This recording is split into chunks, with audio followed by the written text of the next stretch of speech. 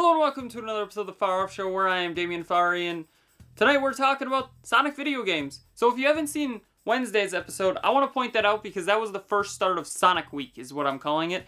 Because the movie came out, I thought it was now the perfect time to talk about some of the games. So if you want to see the first episode, I'll actually have it linked up in the eye above, because I liked that episode. Go see what I thought about that Sonic movie, please. So, starting off with the games, I played the first one pretty much religiously as a kid because that's the one I had. I didn't really play any of the other ones, so the gameplay in the background that you're going to be seeing is actually from PC, because I finally was like, I should use my capture card. So I recorded me playing these games. They're on PC, so if they run a little differently or anything like that from the Genesis, I'm sorry.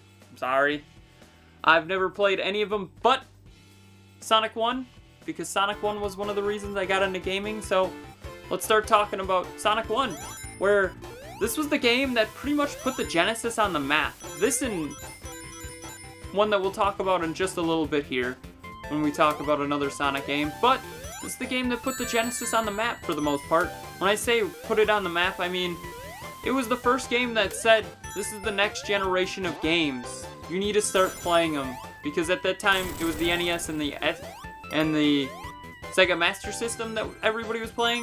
Then 1989 happened, Genesis came out. No games that really needed to be played just yet. And then Sonic came out, where it was like, hey, we got a character that's better than Mario, and he runs fast. Really fast. So that's kind of cool. The game itself, well, it's just a side-scroller. In my mind, I've never been a great platformer or side-scroller guy, so, I'd take this, with a grain of salt. I think the game's good. If I didn't have the personal bias towards it, I probably would never play it, to be honest. But I wanted to play them all. I didn't get far in all of them, but I wanted to play them, so that's why you're going to see them in the background as well. So, Dr. Robotnik, Sonic's major villain, was introduced in this game as well. So, I just wanted to point that out before we moved on to the next one, which is Sonic 2. Why am I getting really quiet? I don't know why I'm getting really quiet all of a sudden. But Sonic 2. Sonic 2 is a great game where it had Tails. And in the movie it ended with a cliffhanger on Tails. And I've got an itch on my nose. And I got the itch off of my nose. So, it introduced Tails, which is a fox, I think. Once again, not really familiar with the Sonic lore, even though I think the first game is one of the reasons I got into gaming. So, Tails, that's cool. And then Sonic 2 also introduced 3D mode, which is like a 3D bonus stage that they added in, which I think is pretty sweet, to be honest. I think it's a cool idea. So, hopefully we'll have some 3D mode in the background if I ever got to it, but if not, that sucks.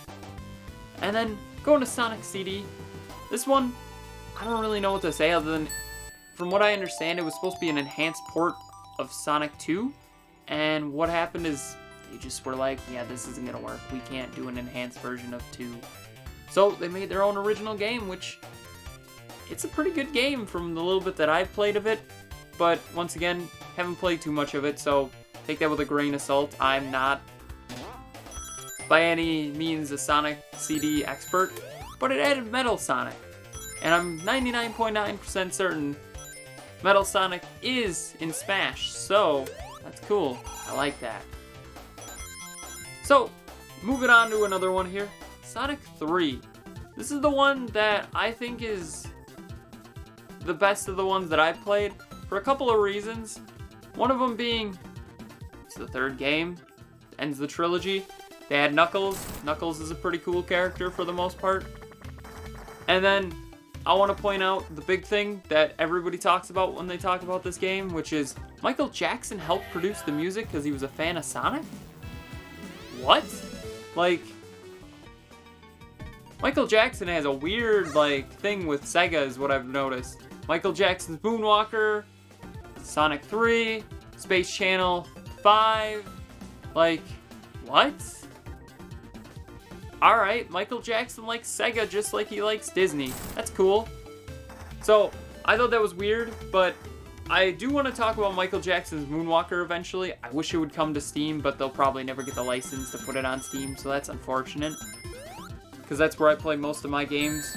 But you know, that's cool.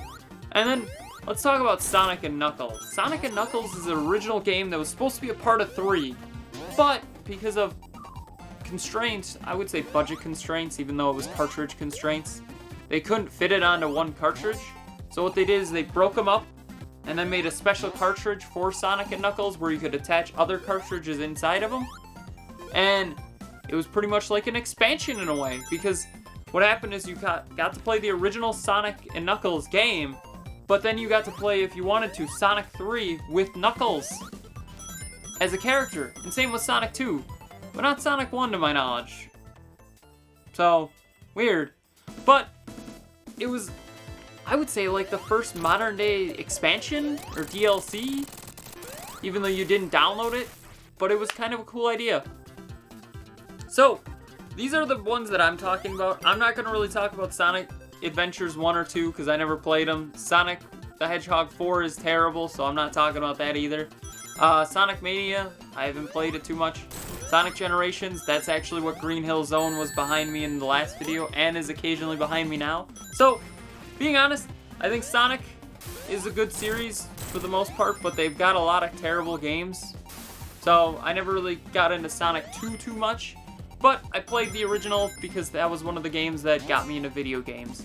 So, don't forget to like, share, comment, subscribe. Tell me what your favorite Sonic game is in the comments below. And have a far off night.